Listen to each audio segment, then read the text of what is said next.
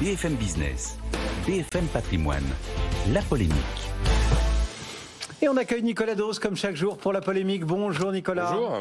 De moins en moins de bébés en France, c'est le bilan démographique publié hier par l'INSEE. Où en sommes-nous ? Eh bien écoutez, on est au plus bas niveau depuis l'après-guerre, depuis la naissance de l'INSEE en 1946, même si on compte les bébés en France depuis la Révolution. 730 000 naissances en 2022, 19 000 de moins qu'en 2021, 30 000 de moins qu'en 2019, l'année d'avant Covid. On était à 832 000 naissances en 2010. Ça décline depuis 2015. Voilà, 1,8 enfants par femme. Deuxième élément d'observation, ça baisse, mais enfin, la France reste le pays le plus fécond d'Europe, quand même. Il y a des pays où c'est juste une catastrophe. L'Italie, ils sont à moins de 400 000 naissances en 2022. Ça devient dramatique. Ça devient presque le problème économique numéro 1 du pays. C'est le carburant d'une économie, hein, la démographie.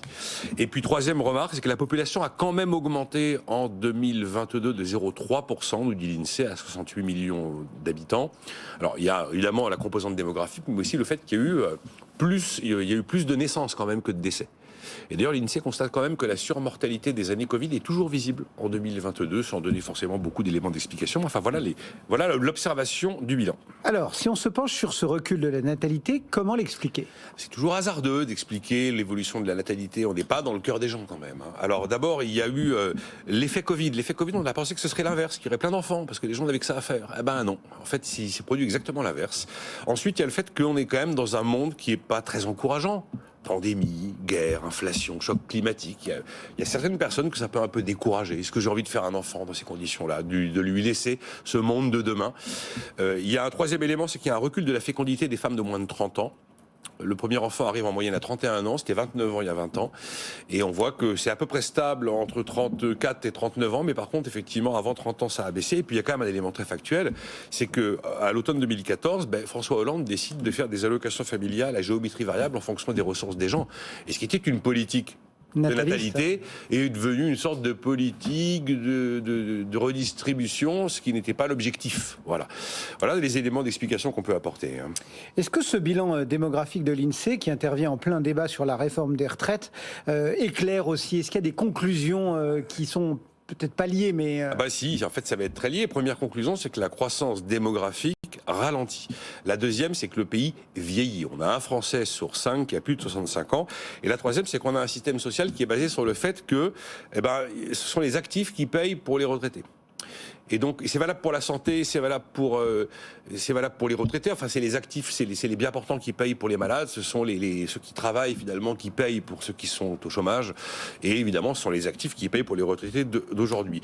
Ce déséquilibre, c'est pas un point de vue, c'est pas une opinion, c'est pas Dose qui pense que non. C'est quelque chose qui est renseigné sur le long terme, les équilibres démographiques depuis très longtemps.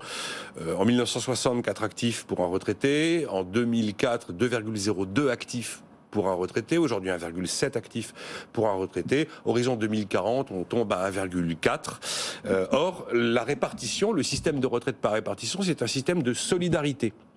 Pour que la solidarité existe, il faut qu'il y ait la solidarité entre les générations. Mais si vous avez une génération d'actifs qui est de moins en moins importante, la solidarité vole en éclats et le système périclite. En fait, les bébés 2023 sont les cotisants 2043. Il n'y a aucun problème là-dessus. Même si certains opposés à la réforme refusent même ces arguments démographiques.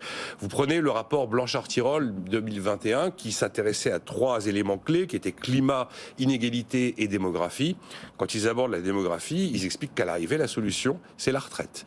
Vous prenez même un rapport du Sénat qui évoquait les conséquences économiques du vieillissement démographique, c'était en 1999, et il préconisait un recul du départ de l'âge à la retraite. Alors tous ces gens sont peut-être des idéologues et des abrutis, mais enfin en tout cas il y a des choses qui crèvent un peu les yeux, puisque le système par répartition c'est pas compliqué. Il vous faut des bras pour répartir. Et moins vous avez de bras pour répartir, plus c'est lourd pour le bras. Plus le système par répartition est compliqué. Alors soit vous décidez de faire payer plus les bras qui restent, soit vous décidez de donner moins à ceux qui sont censés recevoir de ces bras qui assure la répartition, soit dans ces cas-là, vous trouvez une troisième solution. La troisième solution, si la répartition ne suffit pas, c'est d'augmenter l'épargne. Et pour augmenter l'épargne, vous avez un outil qui s'appelle la capitalisation et les fonds de pension. Je sais que c'est un gros mot. Bon, il n'a d'ailleurs pas été évoqué. Vous avez prononcé d'ailleurs peut-être plusieurs gros mots. Mais j'ai dit plusieurs gros mots, là, à l'instant. Et de toute façon, ça fait maintenant plusieurs jours que je dis que faire de la pédagogie et expliquer tout ça ne sert à rien, parce que les gens qui sont contre, ils le resteront.